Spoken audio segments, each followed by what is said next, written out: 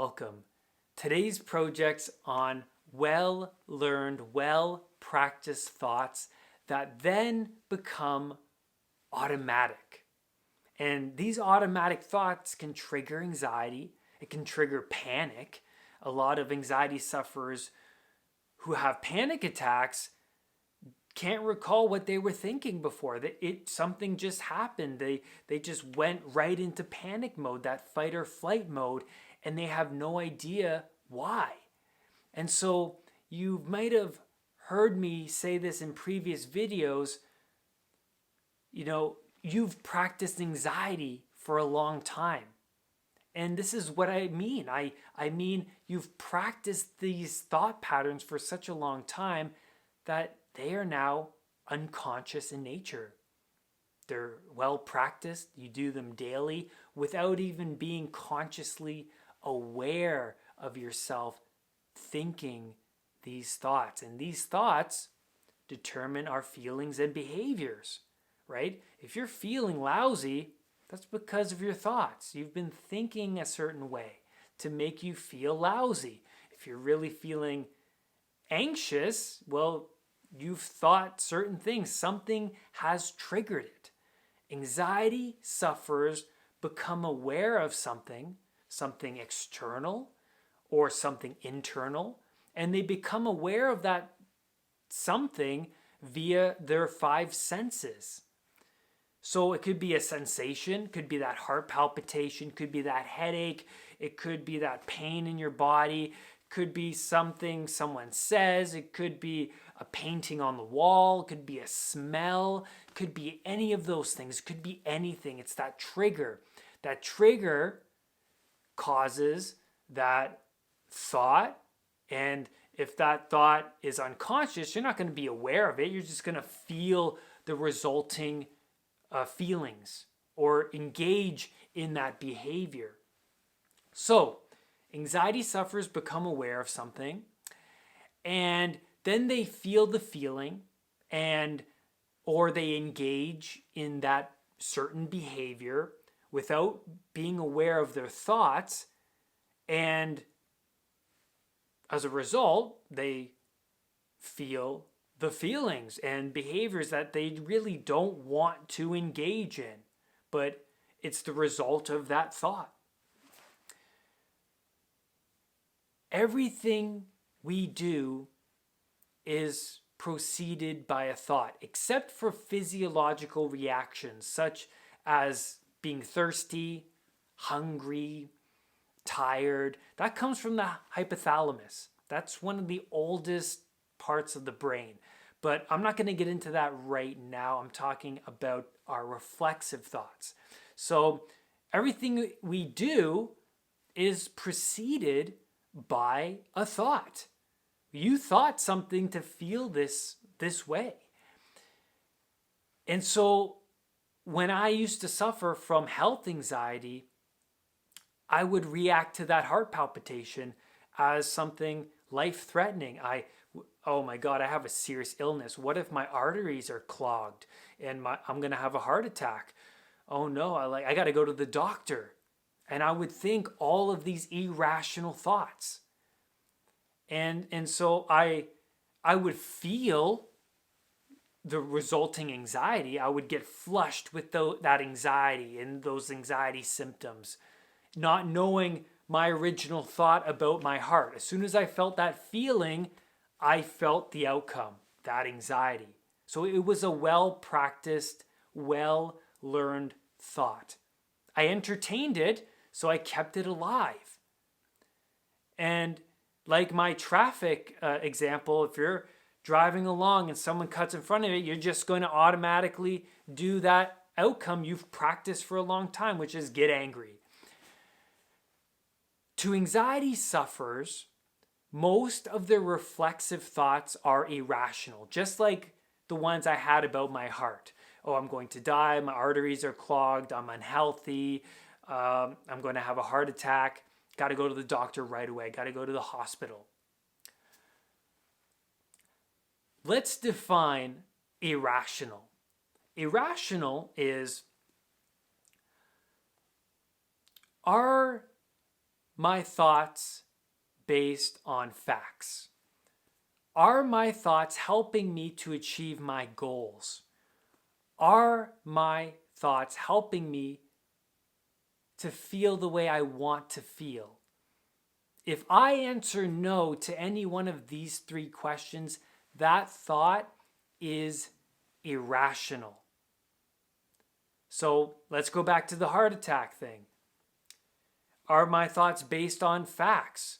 Well, my doctor says I'm healthy. People who have heart attacks feel this, but people with anxiety also feel this way. I'm not quite certain, so it's not really based on any facts. It's too up in the air. My doctor says everything's fine, so that's pretty rational, right? So is that thought, I'm going to die of a heart attack, based on facts? No. Are my thoughts helping me to achieve my goals of being this ideal, anxious-free, confident, healthy person? No. Are my thoughts helping me to feel the way I want to feel? Obviously, no. That's irrational.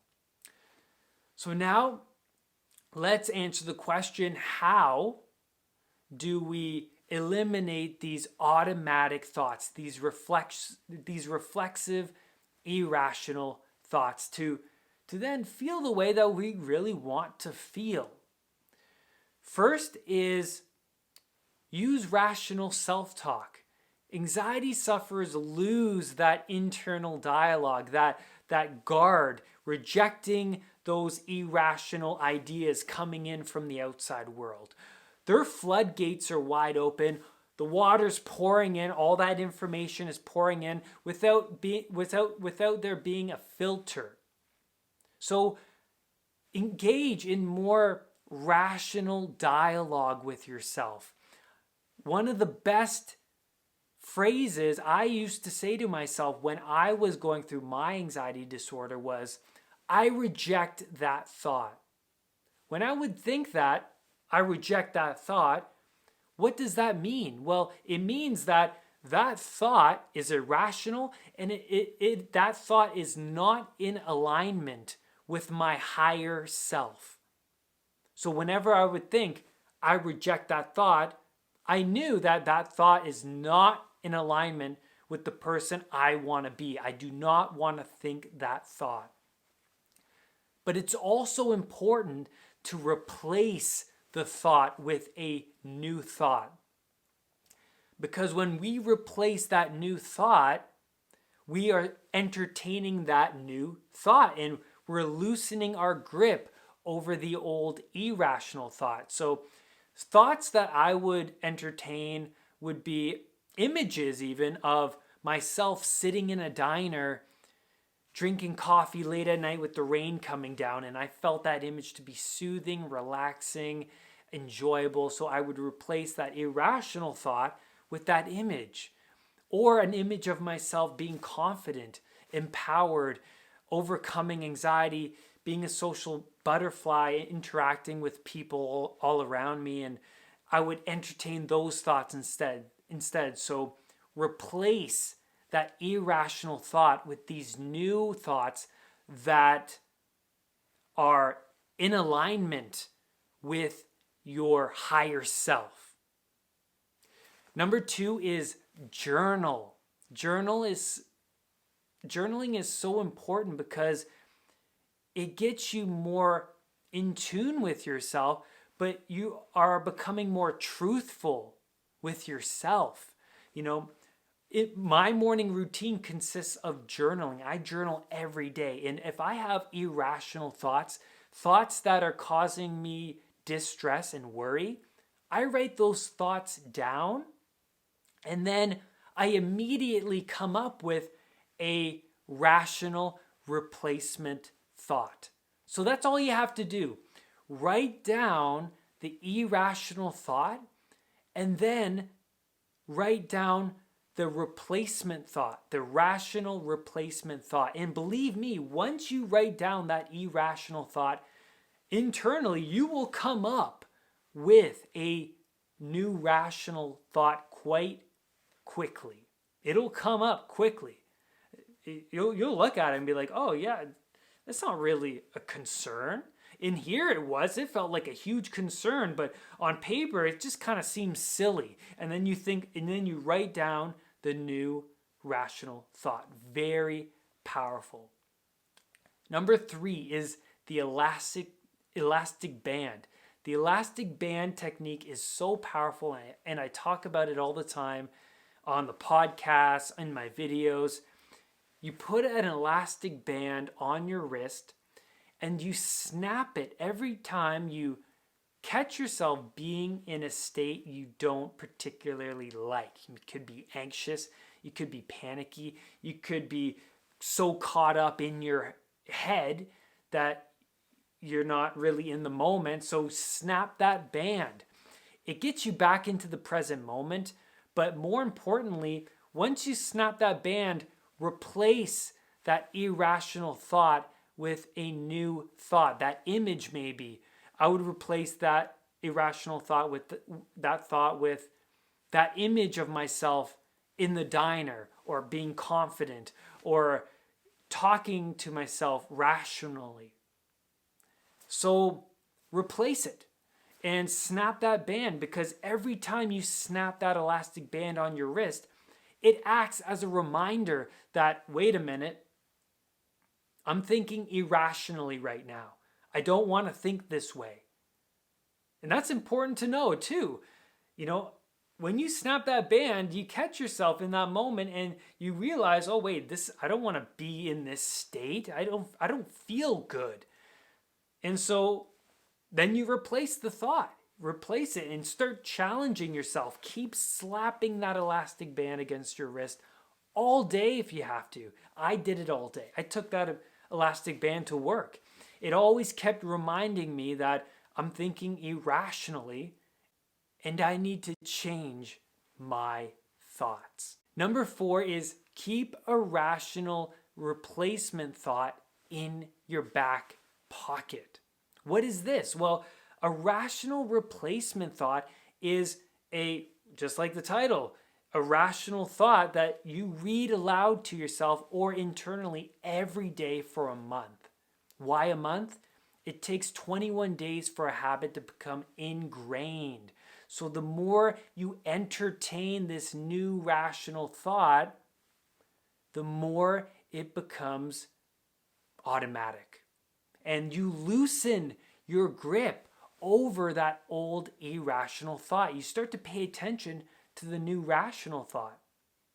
And the more you entertain and pay attention to this new rational thought, you're just going to strengthen that new neuronal pathway in the brain, and thus making that thought more automatic, more reflexive than the old thought. And now that thought disintegrates, it leaves, and it's no more. So those are my 4 techniques and ways to overcome reflexive thoughts. And I want to end this video with a powerful quote by Dr. Aldo Pucci. Your body is a reflection of what you think. Your body is a reflection of what you think. Thank you so much for tuning into this week's video. If you haven't already, please subscribe to my channel. I would greatly appreciate it. I post everything on anxiety recovery and self-help.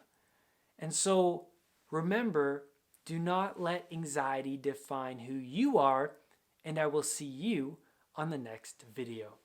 Bye.